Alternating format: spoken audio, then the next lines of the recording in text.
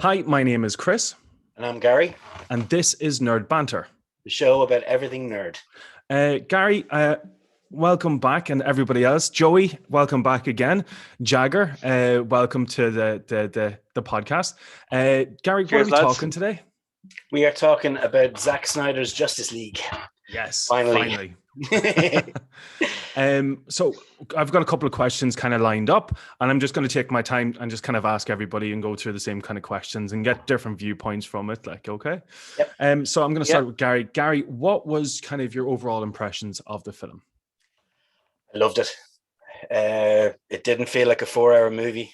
It had everything in it that I wanted and more. Every time I thought, right, this is as good as it can get, it upped it a little bit. I love the fact that we got to spend a bit more time with all the characters. In the original cut, you barely got to see Flash and Cyborg. And then I loved that at the end, they actually worked as a team.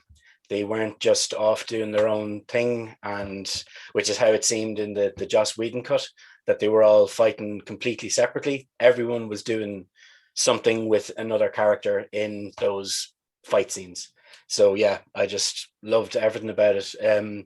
The music was probably the big standout for me, though. I think every character had their own little moment with a song, and every song fit that character. Like the Aquaman scene where he's on the pier, Flash's scene with the saving the girl with the hot dogs and all that. Like that's probably up there with my favorite scenes in the film, is him saving a girl but also taking the time out to grab a hot dog to feed the dogs at the end. It just had everything, and it was so, like, you're expecting Zack Snyder's movies to be so kind of dour, but it had such really nicely put in moments of fun that it made the movie fun. Like, you didn't feel like you were sitting through a 4-hour slog. It had serious moments, but it had levity as well. Like, yeah, Joey, what was your kind of overall impressions then? Look, as I said before, for me, it was a masterpiece. It was the movie that we should have got in 2017. I love that it linked in to start off from Batman versus Superman with Superman's scream.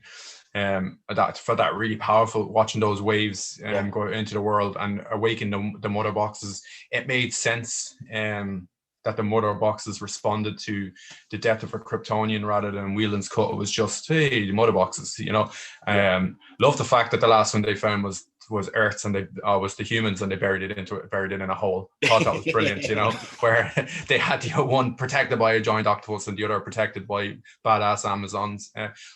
I loved what Snyder did with the Amazons. I thought he made them look absolutely ferocious. They were proper warriors. Where in the Whelan cut, that was just very quick. They put no fight up against Steppenwolf, and I just loved the fact that he really made them to be incredibly powerful. And he did, like, that's feminism done right, in my opinion. He gave them, whereas there was nothing sexual about it. It was just these proper characters being fleshed out. Loved Cyborg's, loved his whole arc throughout the movie, and it really hammered home the fact, Snyder said for a long time he was the heart of the movie. And that's evident throughout the whole thing, that he's core to everything that's going on. I'd say it's tip of the iceberg in terms of his character arc, what we could have seen. I never found Cyborg a very interesting character, but now I want to see more of his character. Really enjoyed what they did with Flash. They didn't make him out to be the butt end of a joke, and then he just tripping over himself all the time and pushing people. They actually made him out to be to be a proper hero, and the fact that they gave him the final moment of saving everybody, that really took me by surprise. I wasn't expecting him to be the one to pull up, to rein it all back in. Interested to see how they're going to use that in terms of resetting the universe or wherever it is. That in a way that scares me a little bit, that it's just going to use that to erase everything. But it was just, for me, it was just a movie. It should have been, it should have been the movie we should have gotten in 2017, and it kept the same tone as Man of Steel and Batman versus Superman, but with sprinkles of proper humor. It wasn't on the nose humor. It was just it's tastefully done. Yeah, just lovely little sprinkles that kind of kept you going through the movie. Jagger, what do you think of it? Yeah, I agree with the comments there from the boys. The only thing I will say is that I thought it was too long. I thought the first 2 hours were kind of if the slow-mo scenes weren't there, it would have been 10 minutes long. Yeah, it would have been a lot better. But then I understand where he's coming from, because in the original cut, you'd never got an origin story from any of the characters. Comparing to, say, Marvel, before they brought in the Avengers and stuff like that, we all knew who each character was. Yeah. So that was better, I thought. Like, because in the DC movie, it was just, here's the Flash, here's Cyborg. Go and read the comics or whatever it is, kind of do your own research on them. But they gave him more of a backstory, which I really liked. The fight scenes with as Joey was saying, the proper girl power scenes, that was brilliant. It was funny how everyone protected their boxes except men. Yeah. Typical, Yeah. It's just typical man to just bury it. Go, grand, don't worry. Yeah. I did love the way it continued on from Batman and Superman with Superman Scream. That was epic. I loved the way they kept in when they did wake up Superman and that slow motion bit with the Flash, and he looks at the Flash. I thought that was brilliant. Yeah. In both films. Again, the ending of it was great. I'm really excited to see if it does continue. Remember the trailer at the end of it? I thought that was excellent. I'm excited to see where it goes. Hopefully. But DC I was disappointed. So it was nice to see them this time actually giving justice to a Justice League movie, Yeah. For me, overall, the kind of the impressions I kind of got from it was that it was the film that was supposed to be. It was the film that we should have got so many years ago. So it was refreshing. It was exciting. It was entertaining. Very, very true on the humor. It wasn't on the nose. It was very smartly done. And it fitted the kind of overall tone with the film. You'd nearly get whiplash when you were watching the first one with how kind of the humor just did not suit the mood or the tone of the film at all. So you're kind of jutting around it a bit, and especially with all the stuff that's coming out with Josh Whedon now, you just kind of realize that, wow, it was not the vision that was supposed to come out. The action was fantastic. I think, everything just felt earned. Cyborg's kind of story was, like what Joey was saying, the heart of the film. I absolutely agree with that. It made the film so much better, and you understand where everything was, what Zack was trying to do from start to finish, with his importance in the team, and it felt really earned. The music, again, one of my, it's a proper Zack Snyder film. Music is his thing when it comes to his, whether it's Watchmen or For Better For Worse. What was that?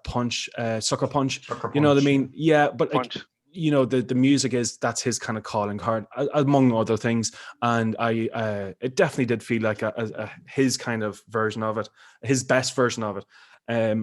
Gary, what did you dislike about the film? There's not much, but going back to what Jagger said, I felt that the slow motion could have been reduced, because I thought it kind of diluted the Flash's scenes. Yeah. Because the Flash was kind of shot when he's in super speed or whatever, it's shot in slow motion. I thought that they could have reduced the other slow motion scenes in the other parts to kind of make that more impactful. Other than that, the only thing I kind of, from my second viewing of it, the only thing that kind of stuck out for me was the ending, the nightmare scene, which I love. I really do. I have heard a lot of people giving out about that nightmare scene, that it didn't feel like it should have been in the movie, but it should have, there should have been credits or something between it, the way Marvel do it, a short credit sequence with all the actors' names, and then give us that nightmare sequence. Whereas it does feel kind of tacked on. It feels like a second ending, where there's nothing worse in a film, for me anyway, is when there's too many endings. Lord of the Rings. Yeah. The Joey, I probably know. I know this answer anyway before you even say it. But did you dislike anything about the film at all? the fact that they let Joss Whedon release it in 2017, I kind of felt we were robbed by some of the absolute epic moments that were diluted in Whedon's cut. And that just irked me a little bit when I was watching it, particularly with the scene Jagger's talking about, which when Superman returns. Like that scene is incredible in the Snyder cut. But then I can just remember Batman's cracking out something's bleeding jokes in the Whedon cut, and then Lois coming in as the big gun, and kind of go, oh, we were robbed of those kind of 5 other minutes. That's Snyder's. I watched it 3 times, so the first time I watched it, that's what I was thinking. The second time, I just forgot about what happened in the Whedon cut. 12 hours. Is it 12 hours? It doesn't, and that's not including the times it was on Sky, and I was watching that 20 minutes here. You know, the length, the 4 hours, like that's. It's a negative for any movie in terms. I think what I've been saying to people is you got to realize that the only reason why this is 4 hours is because he was given the opportunity to release this on a streaming service. If this was going to hit the theaters, there was no way that movie was going to be 4 hours long. He would have snipped 40, maybe 50 minutes out of it, and we would have seen the full movie just edited down. And that's what we would have got in the cinema. But the fact that it was on a streaming service, Snyder took his opportunity to show us everything. And 4 hours is a hard thing to sit through, but I struggle to see any flaws in the movie. Maybe the slow-mo stuff a bit, but that's Zack Snyder. You know what you're getting. Yeah. They overused the Wonder Woman theme a little bit. That cry a little when she come on. They kind of overplay, and that's just nitpicking. But no, that would be it for me. Jagger? I wouldn't really have much. Yeah, what was your kind of dislike? Just as I said, just with the length of the movie at the start, I just thought the start of it could have been compressed a wee bit more. But then, as Joey was saying, maybe if it was like released in the cinemas, he would have chopped at that anyway. But I understand where he's coming from. Just as again, I agree with what Gary was saying. Just with the slow-mo bits, I would have preferred them to be in with the Flash. I understand it is his kind of signature from other movies that he does, and it's kind of. Yeah, it is his signature scene. So I understand where he's coming from, where he wants to put it in. But for me, I would have left it out. But apart from that, I thought it was great. And then a good point as well, Gary. You gotta love credits. Sorry, Jay. You gotta love how unapologetic he is about this slow mo though. He doesn't give a crap what we think about him overusing it. And so the scene that stands out for me is the Wonder Woman scene. When she's throwing the suitcase up in the air, and that shot in slow motion. And then there's a scene he cuts to above, and that shot in slow motion. Why not just show her throwing the suitcase in normal time and then slow it down? Whereas he did slow on top of slow, and that's literally the only thing that kind of. Let's not cut out any slow-mos of Gal Gadot as Wonder Woman, please, Let's enjoy every moment. For me, definitely there was a lot of filler in it. With regards to, obviously, Lois is going through mourning. She's kind of in denial, and it shows her kind of going through that. And I think it was kind of, there's a lot of padding that could be definitely tightened up. I think the pacing slows down considerably. But again, but you kind of forgive it because it's his film and it's his vision. And he's like he said, unapologetically going, this is what everything I wanted to say. And this is how I wanted the characters and what they wanted to go through. So when you kind of realize it's very forgiving, because you realize that, this is 100% him. This is no producer giving their notes and editing it all down. This is all him, definitely, it's overall, I can't fault it. Slow-mo, but to be honest with you, I didn't even cop onto it until other people told me afterwards, there was too much slow-mo, and I was like, really? I just really enjoyed it, with everything else, I just... You mean somebody scrutinized the Zack Snyder movie? Never. Nonsense. No. I'll going on to then say, what was your kind of highlights that they didn't have in the film before? So I'm going to start with Jagger first. So what were the kind of things that stood out to you that you really liked that weren't in the Whedon cut or disliked? I really liked the way it started. I know I was giving out at the start of the movie, but it made more sense. Yeah. With Steppenwolf and everyone coming in, because with the Superman cry, as Joey's saying, it is really like, obviously everyone is afraid of Superman because he is Superman. And the way I kind of was watching it, I was like, well, it makes sense that his, say, what's the proper wording to use here? I was going to say his battle cry, but he was dying. So it wouldn't be his battle Death cry. knell. But yeah. Yeah. Like that woke everyone, that woke them, which made sense. I thought the music was amazing. I'm a massive fan of Junkie XL. I think he's class. Yeah. You know, kind of. I'm like, even like in his other movies that he's done the music too. Even though I mightn't like them, like the last Terminator movie, I hated it, but I love the music in it. Mad Max, Fury Road. Yeah, Mad Max as well. Yeah, I hate that yeah. as well, but I love the music in it. So again, like I know people were kind of, there was one part in it, I think, when they're running upstairs and he had kind of like a heavy metal guitar playing in it, and I was like, that's brilliant, because it was so unexpected.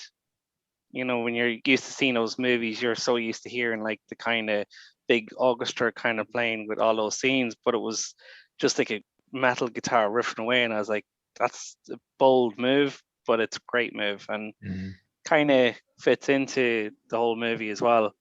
So definitely the highlight of the movie was the music. Yeah. Joey? Highlight for me was, the redemption of Batman. And then obviously Superman, which I'll talk to in about a second. But they made Batman be Batman. They didn't make him out to be a hammy character, which Batman never should be. They pumped so much emotion into. I think Affleck's performance was incredible, and it cements my opinion that he's the best on-screen Batman of all time. And I stand by that. Well, no, I was close after BVS, but this cemented it. They just made him.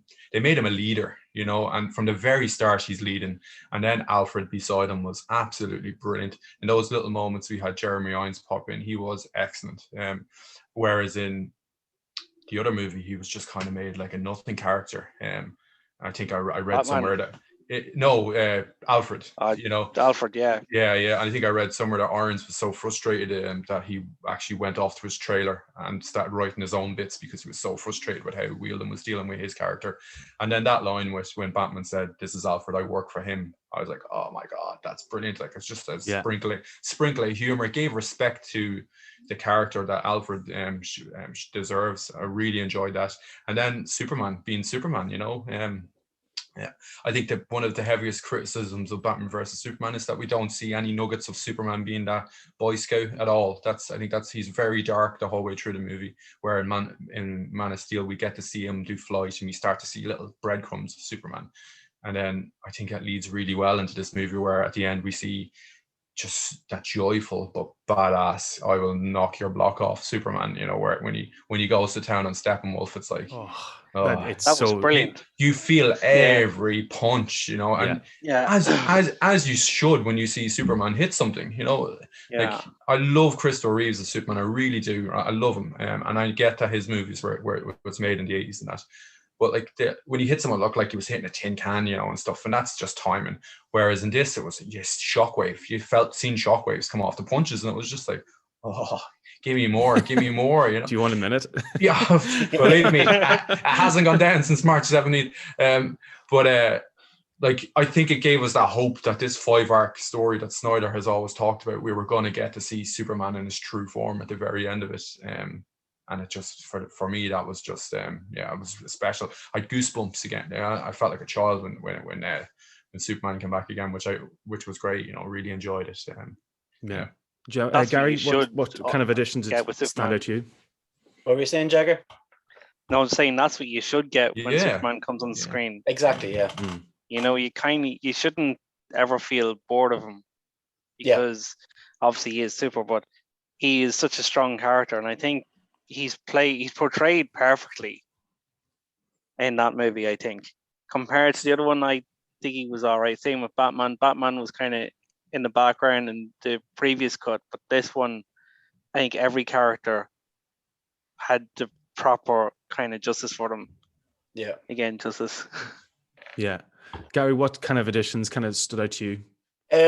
Well, we've already kind of gone over the good guys, but like Steppenwolf was way more of a threat, and he actually had, like, there was parts of it. I know that it's a meme now, but there were parts of it where you felt a little bit sorry for him, because there was obviously something that happened between him and Darkseid that he needed to redeem himself from. Yeah. So he wasn't just there to be the bad guy. He was there to redeem himself in the eyes of his master or whatever. And I thought, like, the couple of moments that they gave him kind of really fleshed him out, made him, like, he wasn't just the guy to beat up at the end of the movie. He was a threat. Going back to what Joey was saying at the start, I loved everything they did with the Amazons. Looking at Wonder Woman 1984 now is just like, how, you know what I mean? Like, if he can write the Amazons and film the Amazons like that, how could they give the Wonder Woman 1984 movie the go ahead? Because it kind of completely takes away from all that. I loved the extra scenes. The only thing I'd say is I kind of felt it was a bit of a disservice to Martha when she turned into the Martian Manhunter. I thought the scene between her and Lois was lovely, and it showed that they had a relationship, and for her to then turn into the Martian Manhunter again, I thought it kind of pulled the rug out from under you a little bit. But I do love the nightmare scene with Jared Leto. I think we need to talk about. Oh yeah, we definitely need to talk about that. He's not in it very much, but he is the Joker that he wanted to be in this movie. Yeah. Finally, completely agree with that. Like, it was, especially with David Ayer, not being, he's talking about getting his cut released because, again, the executives in Warner Brothers completely butchered Suicide Squad, which is fair enough. And then they just said, oh, sure, we're just going to get James Gunn to come in and just make Guardians of the Galaxy, but with the Suicide Squad. And it's I would have loved to see what Jared Leto would have brought to the table, because we didn't see it. We haven't seen it. And it's the biggest thing that, do you know what I mean? Like, the biggest thing for me is, giving us the movie that we kind of wanted, and it's a way more impactful. The differences are night and day in my eyes. It's a completely different film. You felt, when I came out of the Justice League, it was like, okay, that's an okay film. It's not bad, but it's just like, it didn't feel like the film that we had all been looking for years beforehand, and it was definitely, you were kind of felt a little bit robbed. So my kind of answer to that question is, it's just feels like the film that we've been waiting for. And with everything, with the action scenes, with the editing, with the extra story beats, it was from, like, Cyborg was, I really enjoyed his story arc. And it's mad how different the first version and the second version are, and it's amazing how you really do see, like, when directors give out about their cut being, or their vision being destroyed by studios, it's like, wow, it's night and day, the two differences, because they're different films, The studio still tried to do him dirty in this, because the reason why it's 4 hours long, because when they originally gave him the cut, they told him to do it as a mini series. So it was supposed to be done over six episodes. So that filler that we were talking about is in there because it was supposed to be a mini series. Yeah. So when he put it all together and put the 6 chapters together, he was then told, "You're now releasing it as a movie." So Warner Brothers were picking at him from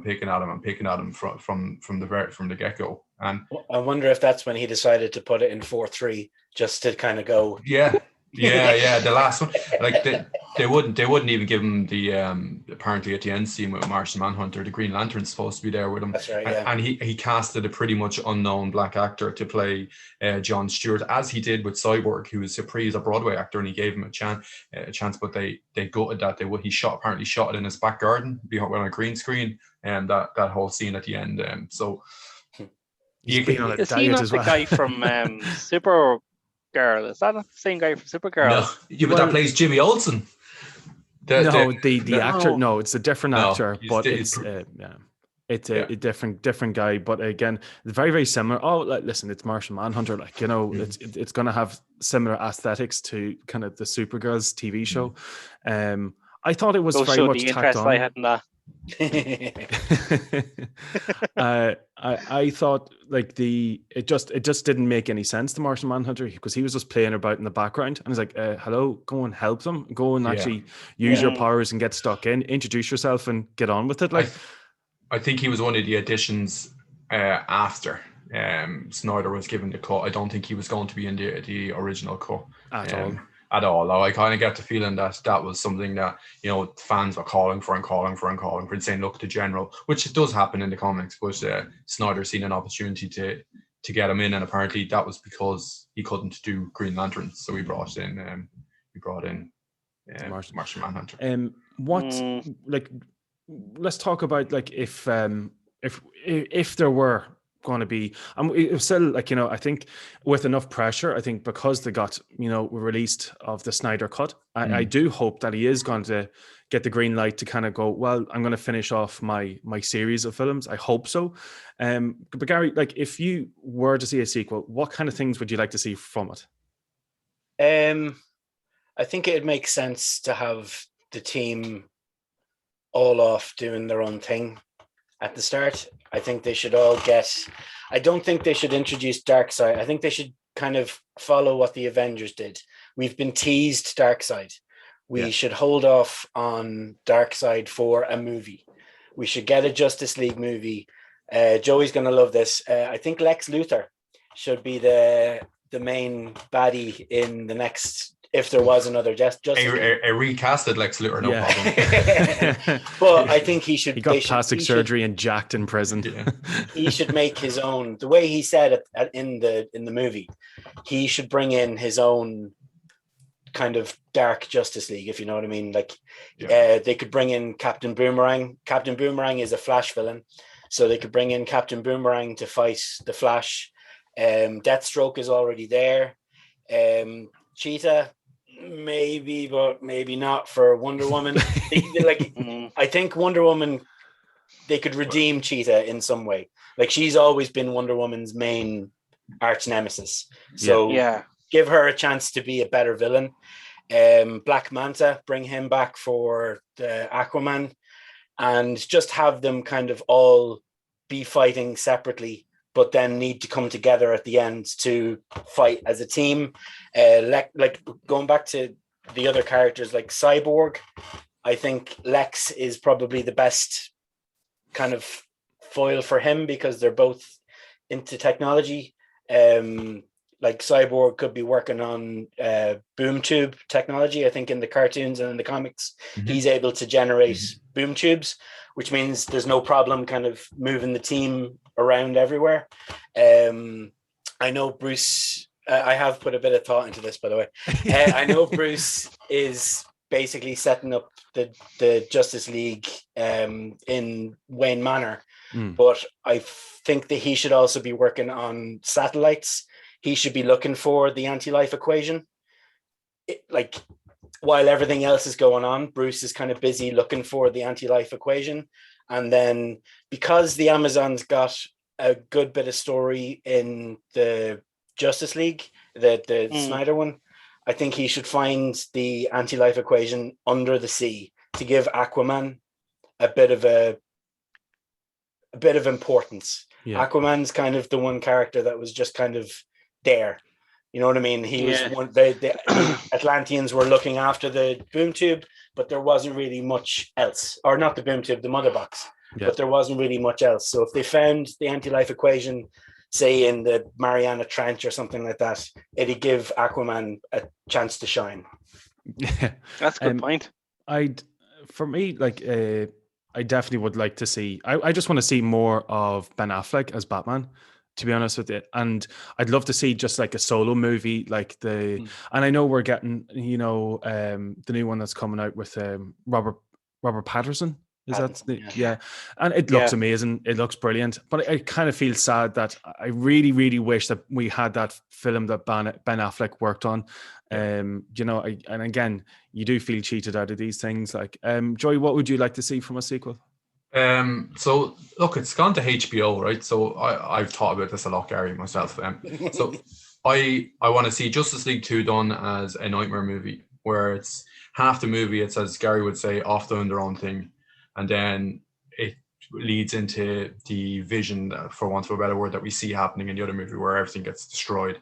Darkseid takes over. Superman gets turned to be his disciple, I suppose, what where they're going to go with. And then the third one, I'd like to see Justice League War, you know, where it's just kind of Avengers style, where Superman leads the pack, you know, and they just go at it and have a big war at the end of it in the third movie. But in between, HBO now have a perfect opportunity to be giving us Game of Thrones style TV shows with Deathstroke.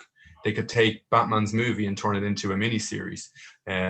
You know, there's so much they could be doing, and which seems to be working. Disney have proven that, you know, WandaVision, Falcon, all these things, even though some of it can be a bit flat, but it does work, and it's attracted huge audiences. So they could build that universe within HBO Max.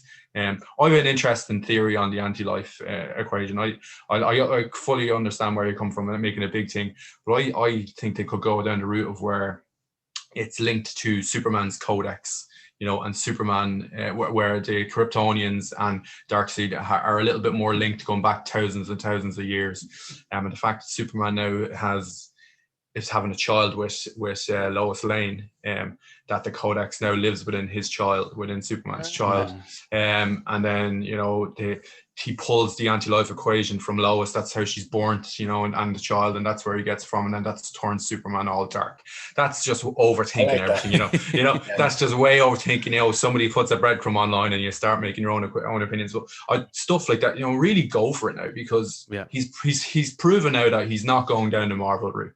And that's what they tried to do with the original Justice League, to make it more Marvel, because Marvel works within the Marvel universe. It's amazing. I love it. I love it to death. I love the movies, but it's there. It works. This needs to be a separate entity and a little bit more darker, because DC always has been traditionally a lot more darker, and that's okay to do. But HBO Max now or HBO or whoever's doing it, to so many different branches from it, has a chance now to capitalize on something that's really strong. You know, like, nobody expected critics to say Justice League movie is an 8 or 9 out of 10 movie, and they are. They're really enjoying it. So there's something to run with. Make it canon, and, you know, make these little pockets as TV shows, and then give us 2 fleshed out full Justice League movies, where ending with Man of Steel 2 and Superman's just the Boy Scout Superman and just going down that road at the very end, you know. And that's the way I'd like to see it. I don't think it's going to happen, but that's the way I'd like to see it go. Jagger, where would you like to see the kind of the overall kind of series? You'd like to, obviously it goes without question, you'd like to see a sequel, but what would, in your eyes, be the kind of the best fit? I would love to see Lex Luthor. Being the proper bad guy that he is in the comics. Yeah. Because in Batman vs Superman, we didn't see that, you know, and I like the way in the last movie there, the head shaves and stuff like that. I would love to see him being more of a proper badass, like going up against all the Justice League. I would love to see that. I would love to see, again, the Batman movie is coming out. I would love to see Affleck doing it. As Joey was saying, when I've seen the first one with him, Batman vs Superman, I thought he was brilliant. I thought he was brilliant as Bruce Wayne and as Batman. And he has that kind of Frank Miller build, given the Frank Miller cause, where he's like built like a fucking mountain. Yeah. The warehouse scene is like that warehouse fight scene. You know, he does look like he'll kill you. And comparing to, like, say, the other Batmans, where Christian Bale was brilliant, but they're a bit more slim compared to the way he looks. So I love the Frank Miller stuff. I think he's great. Again, like, there's so much you can do with Batman. You know, he's done everything. Like, there's so many characters that they can introduce as well, that haven't really been introduced in other movies. Obviously, if we do get the Nightmare version, I would actually prefer to see it the way it was done before. Remember, like Joker nukes Metropolis and In kills. Injustice, is it? Yeah, I'd love to see something like that if they do bring it in, and then you have this whole kind of story where Batman won't kill the Joker, so maybe that's why him and Superman are going against each other. So maybe like I would like to see them probably taking those paths, but they probably won't. No. So yeah, like I'm excited though, but again, it's like, will we get to see it? Well, I didn't think we get to see this Justice League movie, so maybe they will. As Joey was saying, like DC naturally is a lot more darker than Marvel, and maybe if they do, and Affleck is coming back in the Flash, like he is coming back as Batman in the Flash. But I'm worried that's like a goodbye to his Batman. You know, like it would be. I'm worried that's what. Yeah, that's it. And then they're going to, as you said, reset. They're making the Flashpoint movie, isn't it? Well, they're I think they're mixing it. Yeah, it's hard to know what they're doing. They've had that many rewrites and directors, and Michael Keaton's coming back in apparently as well as his Batman. Yeah. So, either Batman or Batman's dad, or like version of it was Batman's dad in who was the kind of the Batman in Flashpoint. Flashpoint. And I think that was the original plan. That like there's no way he made Jeffrey Dean Morgan, Thomas Wayne without envisioning him as the Flashpoint Batman, because he is perfect for Flashpoint Batman. Absolutely. Unless they do Batman, is it 20 or Batman Beyond? Yeah. That'd be great. They brought Keaton back in as the old kind of Alfred character and had a new Batman that was I don't know the guy's name, but the Batman Beyond Batman in that world. And from the leaked storyboards that Snyder has leaked, but his original version for the end of it was that his kid was going to be Batman. So he was going to be Superman. His kid was going to wouldn't have the Superman powers, but he was going to take over the mantle as Batman, which might have been an interesting kind of way. Probably would have annoyed a lot of people. It's a different, fresh direction. That would have been interesting enough to see. I'm already feeling the night over it. Oh, what'd you say? I'm already feeling the night over that. Yeah. It would set it would create good conversation, I suppose. Then, but such a fanboy sometimes. I'll take it. Listen, like again, I think we were finally given the film that we kind of wanted, and I just wanted to point on. I love the way that Flash, we were talking about earlier, had a bit more of a part to play, and there was a tiny time rewind, when he was going through obviously when the mother box was hitting it, and there's a few bits and pieces you just go, oh yes, I actually thought when he was doing that, I thought it was going to do the Flashpoint then. I thought they were teasing into that. Well, the fact that his dialogue his dialogue is teasing that something shocking where he's like, my future could be my past, and you're like kind of going, are they teasing us enough here, or was that done in 2017 and now they've just completely going to ignore us and then do whatever they're going to do with the Flash movie? It was brilliant though. Brilliant. Yeah. Let's talk about Jared Leto for a second. I think that end Nightmare, it was tacked on. It definitely would have been better as a post-credit. It didn't really fit at all, but it was fantastic to see because we finally got, a taste of what, the really bad tease. Like it was such a tease that it's like, this is what it could have been the next couple of films. I'm not going to do it, but this is what it is. And I love the interaction between Bruce and the Joker. And Joker was absolutely it was perfect. It was, that's the Joker. Like, what I mean? You didn't even question it. He wasn't some kind of pimp version of the Joker with like loads of stupid tattoos on him. It was, no, this guy's an absolute psychopath. And it is one of the worst people on the planet. And it was, to see them side by side was phenomenal. And again, big, massive smile on your face when I was watching it. Like, Gary, what do you think of that? Yeah, no, same. Like when I heard him say a truce, Bruce, I just jaw drop. Yeah. I was like, the Joker knows who he is. It was just a moment that I wasn't expecting. I was expecting the we live in a society thing that we saw in the trailer, and I thought he was going to have a big, long diatribe on his own and not even speak to any of the others. But the scene where Batman is literally telling him that he held Harley Quinn in his arms as she died, and that he was going to make the Joker feel the same pain that she felt if he does something wrong, which he is obviously going to do because he's the Joker. So he's just kind of giving him a little warning, like, and yeah, like chills down my spine watching that scene. It was fantastic. And again, it's always kind of a constant reminder. You may never see that film, and that's the only kind of thing. It's like, he says that you're giving us something that we'll possibly never see. And I hope, you know what I mean, that whatever executive gets their absolute backside kicked, do you know what I mean, and just gets removed from any future DCEU stuff, and hopefully we'll see it going forward. That's kind of any points. Anyone want to kind of raise any specific points about the kind of film that we haven't mentioned yet? I think just the ending, just that nightmare scene that they hit the dialogue between Batman and the Joker. You felt the history. Like you felt you felt that there was a history in those 4 minutes between the two of them. They should never release the cut of the Suicide Squad, because I do not think Leto's Joker will be redeemed in that. He was the gangster Joker in that the whole way through. He had tattoos on his head. You know, he was playing that character. I'm sure it will be a better version. But this Joker we seen in the nightmare sequence, man, it was Joker. You know, he was menacing and he was chilling, and it was a little bit of redemption for Leto, who is a phenomenal actor. He really is. So yeah, I think that my main point is just that 4 minutes. You felt more in that 4 minutes between Batman and Joker. It's history than you've seen on screen in a long time. Going back to when Nicholas and Keaton did it, you know. Yeah. Well, that's true as well. Like, because those two characters have so much history with.